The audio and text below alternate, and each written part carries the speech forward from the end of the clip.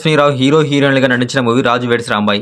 ఈ మూవీ శుక్రవారం ప్రేక్షకుల ముందుకు వచ్చి ఊహించిన దానికన్నా భారీ విజయాన్ని అందుకుంది. విడుదలైన మొదటి రోజే అన్ని రకాల ప్రేక్షకుల నుంచి పాజిటివ్ రెస్పాన్స్ రావడంతో ఈ ప్రేమకథ చిత్రం బాక్సాఫీస్ వద్ద దుమ్ము రేపుతుంది. విమర్శకులు కూడా ఈ చిత్రాన్ని హార్ట్ టచింగ్ లవ్ స్టోరీగా మెచ్చుకోవడంతో ఈ సినిమాకు అదనపు బజ్ను తీసుకొచ్చింది.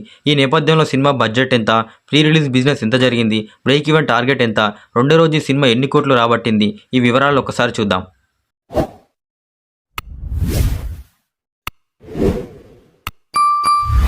సాయిలు కంపాటి దర్శకత్వం వహించిన ఈ చిత్రాన్ని వేణు ఉడుగుల రాహుల్ మోపిదేవి నిర్మించారు.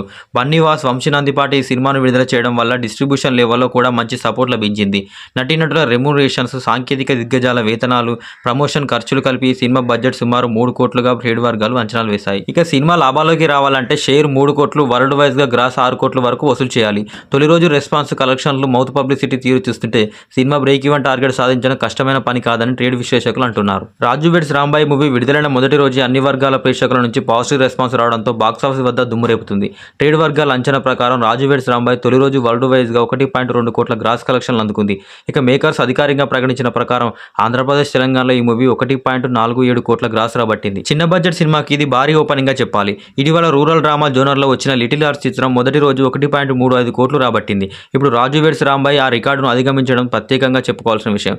మేకర్స్ ఈ సినిమాను రూరల్ కల్ట్ బ్లాక్ బస్టర్ గా ప్రకటించడం కూడా ప్రేక్షకుల్లో ఇంకా ఆసక్తి పెంచుతుంది. రాజు వెడ్స్ రాంబాయ్ రెండవ రోజు కలెక్షన్స్ పరిశీలిస్తే మొదటి రోజు ఊహించిన విధంగా పాజిటివ్ రెస్పాన్స్ రావడంతో రెండో రోజు నుంచి స్క్రీన్స్ పెంచారు.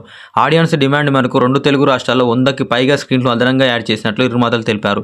ప్రియదర్శి, ప్రేమంటే, Allari Naresh, 12A, railway colony వంటి సినిమాలు పోటీ పడుతూ Raju weds Rambai movie decent occupation సొంతం చేసుకుంది. శనివారం మధ్యాహ్నం 2 గంటల వరకు 36% చొప్పున థియేటికల్ ఆక్యుపేషన్స్ నమోదైంది.